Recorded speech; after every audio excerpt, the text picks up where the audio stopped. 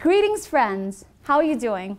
I'm Choni Selden and you have joined me in a new episode of Parentology, a place where you will learn everything and more about parenting. I'm a new parent and being new at it made me curious about the infinite responsibilities of a parent.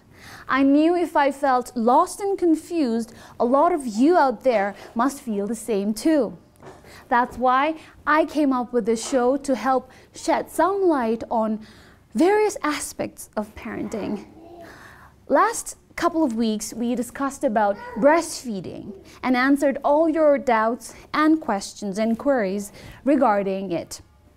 If you have missed those 4 episodes, we have uploaded it on YouTube. So you can go there under BBS channel 2 and watch it there. Make sure you let us know what you thought, or you could ask questions that you have about parenting. All right, today we're going to discuss another very important topic. In fact, it's what starts it all. Without it, we wouldn't have even become the proud parents that we are. Pregnancy symptoms. Before we dive into the symptoms, we have to address a very interesting and, may I also add, important question. When is the right time and age to get pregnant? I went around town and asked a couple of people when they thought was the right time to get pregnant, and here's what I've got.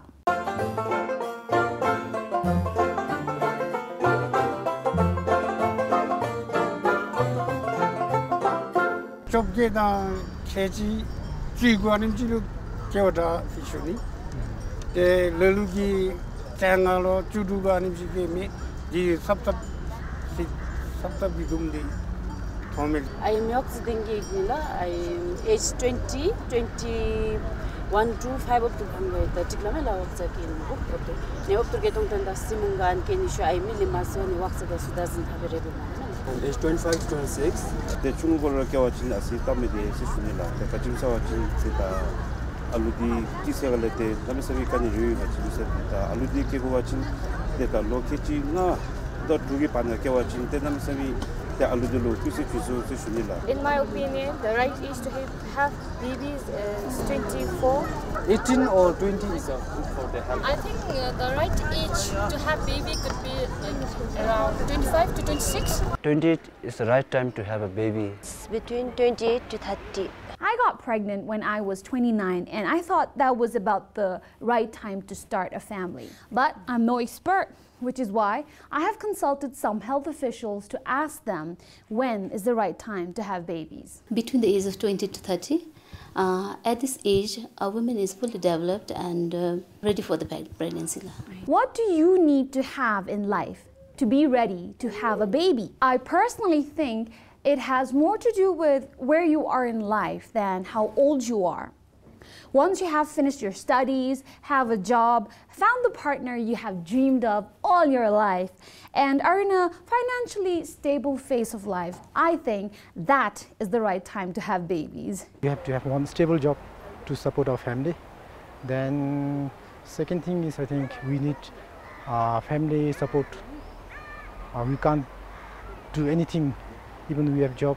It is good to have a job and a house and a stable family environment. That's the best thing. Obviously you can't always make that happen, but yeah, consider like your relationship with your spouse and your relationship with your family. You want to bring a child into a peaceful environment for them to be a successful human, and so just considering those things, I think a good job, a good house, a good place in life, stable, something stable, you know, for a child.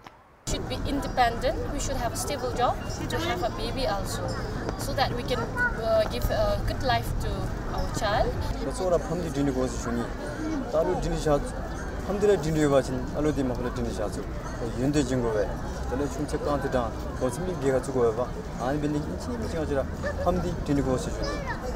Either I should have job or my husband, so that the baby should be happy in future. They should not be having a baby without job or maybe like any financial support. You guys know I'm big on Googling everything, and here's what the internet has to say. Pregnancy probability. If you're trying to get pregnant in your 20s, time is on your side, and biology is too. Experts say the average woman's fertility peaks in her early 20s. So, from a strictly biological perspective, this is the best decade for conceiving and carrying a baby. There's a tremendous difference in your ability to get pregnant in your early 30s as opposed to your late 30s. As the decade progresses, fertility decreases significantly for most women. That's why fertility experts caution women in their 30s not to wait too long, especially if you want to have more than one child. In 40s and 50s, it's harder to get pregnant the longer you wait. That's because your egg supply decreases significantly as you age. Genetic abnormalities like Down syndrome and miscarriage. A younger woman's eggs are less likely than older women's to have genetic abnormalities that cause Down syndrome and other birth defects. The risk of miscarriage is also far lower. It's about 10% for women in 20s. The risk of having a miscarriage or a baby with Down syndrome is only slightly higher. The risk of miscarriage is 12% for women in early 30s, but increases to 18% for mid-late 30s.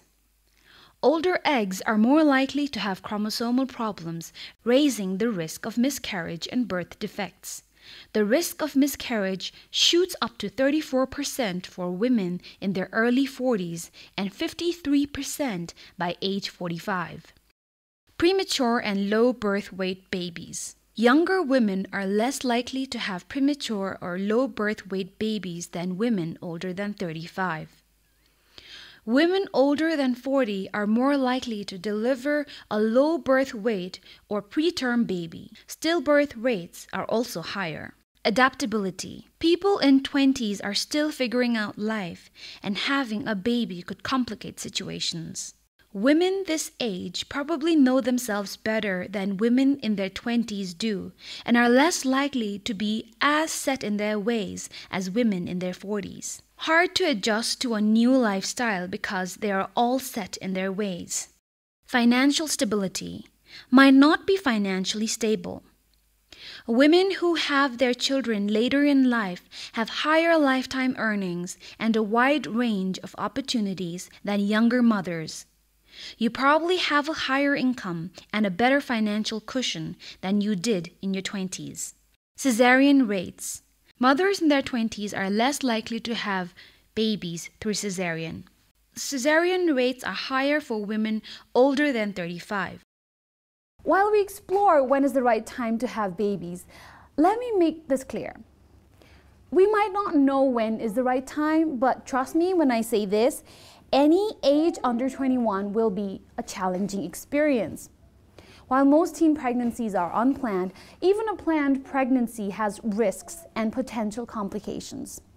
At that age, not only does it hamper your education and eventually your career, it also puts the baby and the mother at risk. We have looked into some of the pros and cons of giving birth at different ages.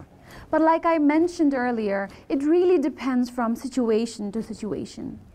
One shouldn't feel pressured to start a family because all the others are doing that. That is not the right reason to get pregnant. I know, we live in a culture where family and peer pressure plays a role, a huge role in our lives.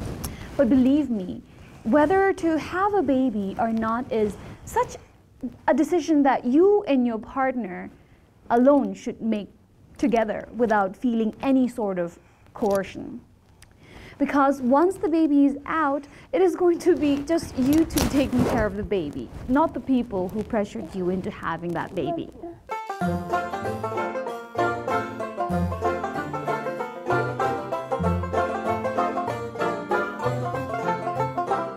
Pregnancy symptoms. One of the first things that come to mind when we think of pregnancy symptoms is morning sickness. And most women who have gone through pregnancy would agree that morning sickness is one of the most incorrectly named symptoms because it doesn't only happen in the morning.